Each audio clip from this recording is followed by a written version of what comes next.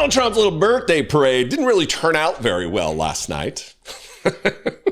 You know, after he made the threat in the Oval Office that if you protest, he didn't say violently protest or disruptively protest. He just said, if you protest, you will be brought with great force. And in that moment, I felt compelled, like, I got to go down there. And now he's laid down the gauntlet and challenged. Now I got to go. And, you know, I live in D.C.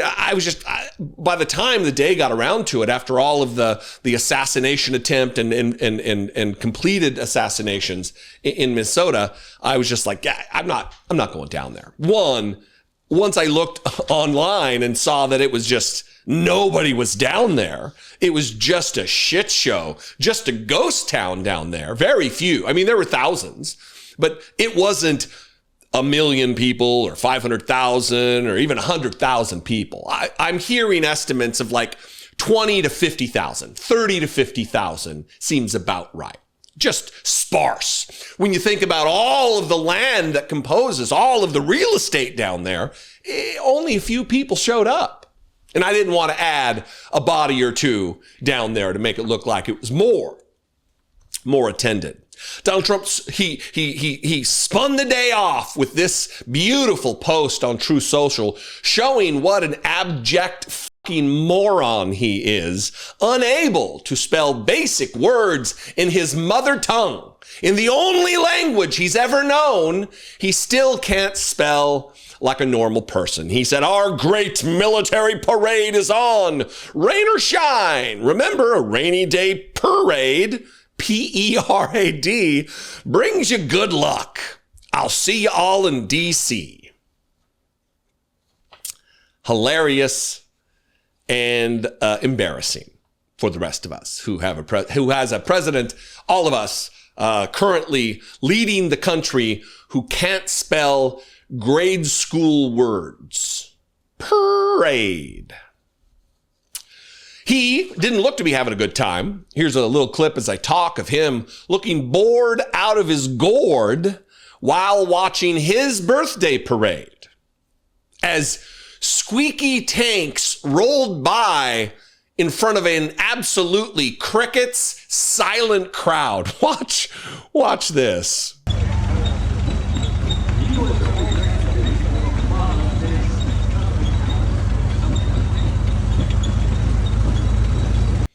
And this is from an account he put together a great tweet thread about organizing how to put on events. He's a guy who puts on large events, and he was just marveling at the empty bleachers while the parade was happening. Watch this one.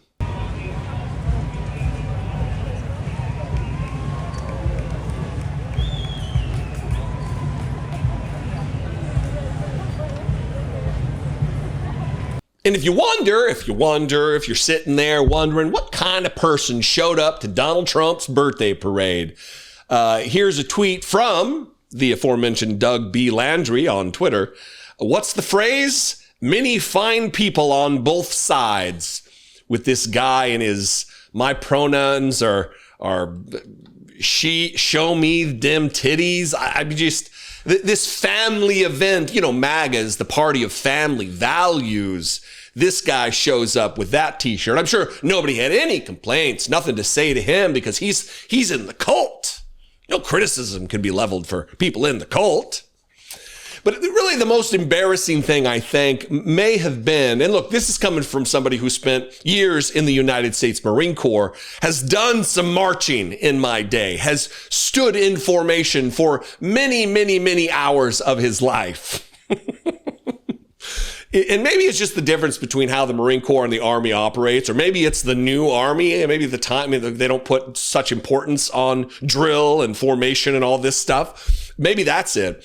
But Donald Trump's troops really didn't show up for him the way that I think he wanted. Well, let me reverse the way I was going to do it. Here are North Korean troops, which Donald Trump, he revered, he talks about the love letters that he and Kim Jong-un have sent to one another. He loves this authoritarian nonsense. He loves the spectacle of the goose-stepping weirdos. He loves that. And I think that's what he thought he would get. I think he thought this is what he would get.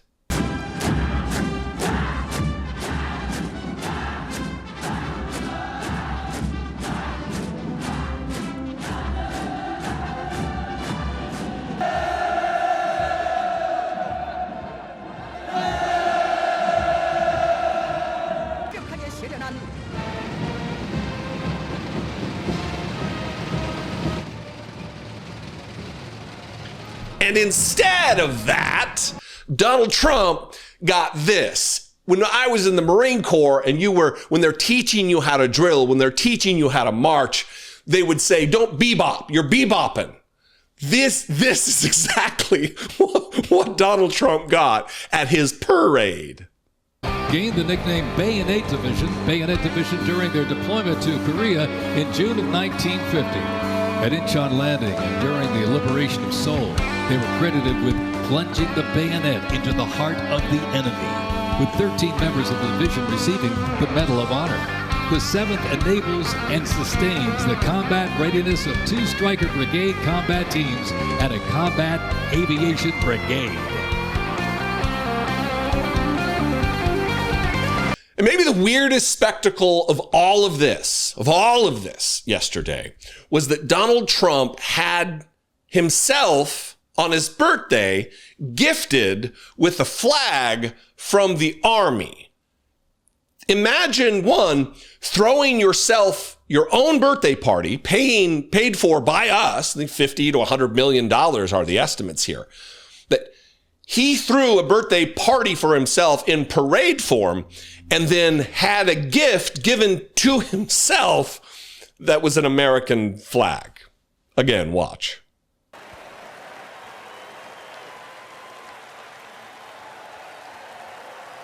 Mr. President, on behalf of the United States Army, the Army Golden Knights, I would like to present to you this flag, which was flown over our nation's capital in free fall during the Army's 250th birthday celebration.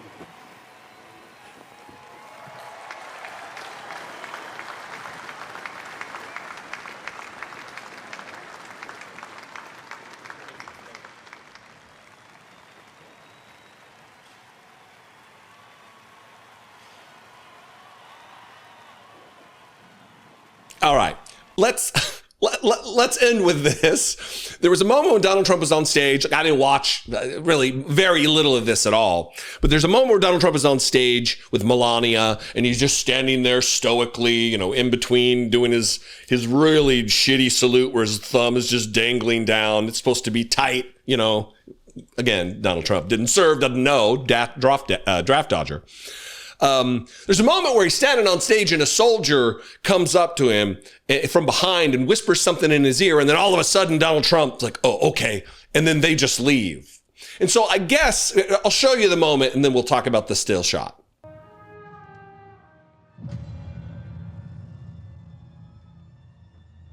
Ranger School is the best life for our Army. It will always end with 2 people facing off with each other, and we need young leaders to be able to close with and destroy the enemy and defend our nation's interests forward. Surrender is not a Ranger word. It's not an option. I know that I'm not going to be able to get to do this again. This is my chance. So the question is, here's the contest. It's a cat. Well, there's no prize, but here's the charge. Here's the task at hand. Write in the comments what this screenshot, caption this screenshot. What is that guy telling Donald Trump? I would guess that he's trying to tell Donald Trump that his piss bag that's attached to his calf is leaking and he needs to go. But that's just me. Who knows what was actually said?